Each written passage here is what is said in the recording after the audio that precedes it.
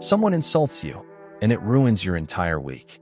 A colleague takes credit for your work, and you spend days boiling in silent resentment. A stranger cuts you off in traffic, and your heart rate spikes as you scream into the void of your car. Why do we let other people control our minds? Why do we hand over the keys to our emotional state to people we don't even respect? We're physically freer than at any point in human history, yet psychologically, we're chained to the opinions and judgments of everyone around us. 2,000 years ago, Marcus Aurelius ruled the greatest empire on earth. He faced plagues, wars, betrayals, endless political chaos. But his hardest battle was keeping his own mind untouched by any of it. He built a framework to turn his mind into a fortress.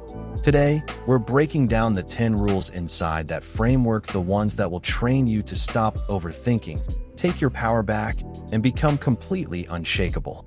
Rule 6 alone will change how you walk into every room for the rest of your life. Rule 1. Control your reaction, not the event.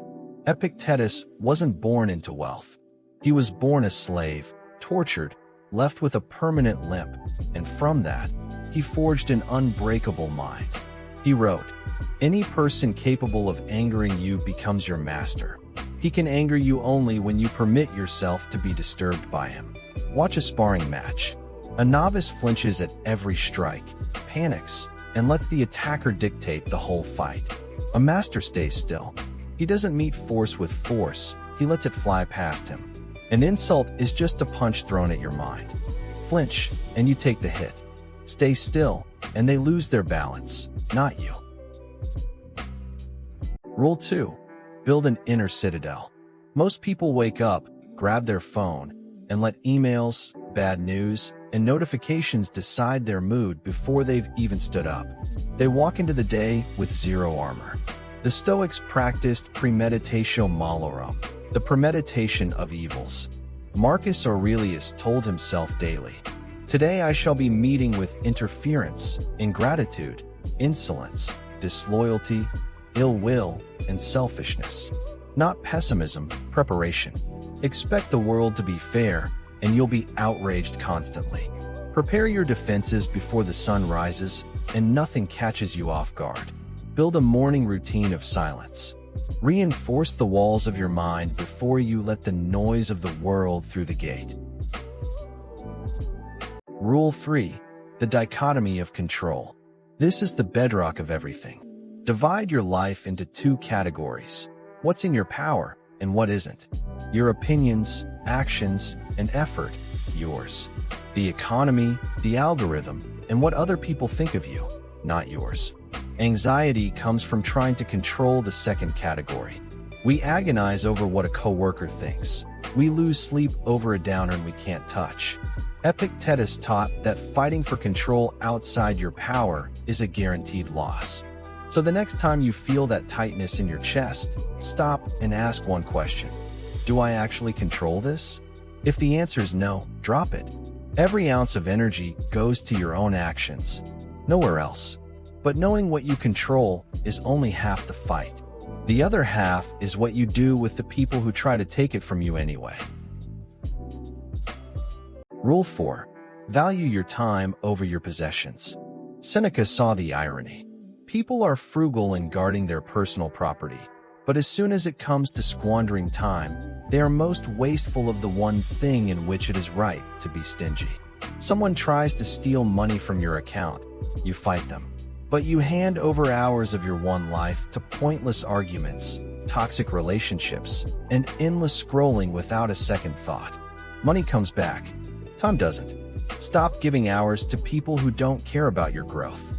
Defend your time the way you defend your home, because the time that's already gone belongs to death, and you're spending it right now. Rule 5. Embrace rejection as refinement. Lose a job, get turned down, fail at something, and most people call it a tragedy. The Stoic calls it friction. You don't build muscle lifting air. You build it fighting gravity. So when someone rejects you, doubts you, opposes you, don't shrink into the victim. Ask one question instead. What is this forcing me to become? Rejection isn't a stop sign. It's a redirect toward whatever version of you is strong enough to actually get there. Rule 6, the one I told you about at the start. Practice silence. We live in an era of chronic oversharing. Every thought, every plan, every emotional flicker broadcast to everyone. But Zeno of Citium, the founder of Stoicism, said it plainly. We have 2 ears and 1 mouth, so we should listen more than we say. The fool speaks because silence makes him uncomfortable.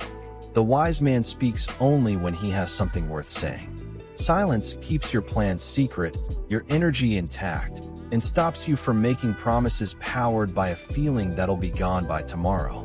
The less you speak, the more weight your words carry when you finally do. Let people wonder what you're building. Move quiet. Let the results talk. Rule 7. Never seek external validation. Depend on the crowd's applause to feel worthy, and you've handed your self-esteem to strangers. Modern life runs on the outer scorecard. Likes, the car, how successful you look to people who barely know you. The Stoics ran on the inner scorecard instead. Marcus Aurelius asked, "It never ceases to amaze me. We all love ourselves more than other people, but care more about their opinion than our own. Chase approval, and you become a chameleon, changing colors for whoever's in the room, losing whoever you actually were. Judge yourself instead. Did I act with courage today? Was I honest? Did I show discipline? Yes, and the crowd's applause, or their boos, stop meaning anything at all." Rule 8. Amor, Fati. Love your fate. Not tolerate it, love it. Marcus Aurelius compared the mind to fire. Throw a log on a candle, it goes out. Throw an obstacle into a roaring fire, and the fire doesn't weaken. It eats the obstacle and burns brighter.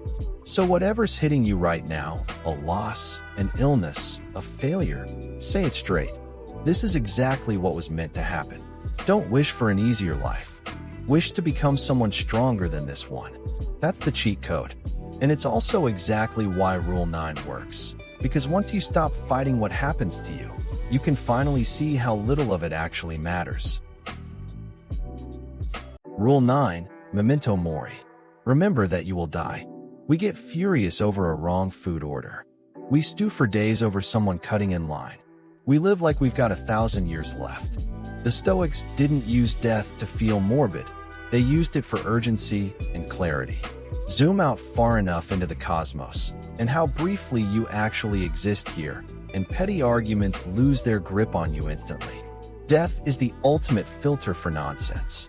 So ask yourself, right now, if you had 1 week left, would you still care about yesterday's argument? No, you'd only care about what actually matters, and that's the only list worth living from. Rule 10. Stand firm like the rock. You can't control the chaos of the world, the cruelty of other people, or the storms life throws at you. But you can control your foundation. Marcus Aurelius left us this image.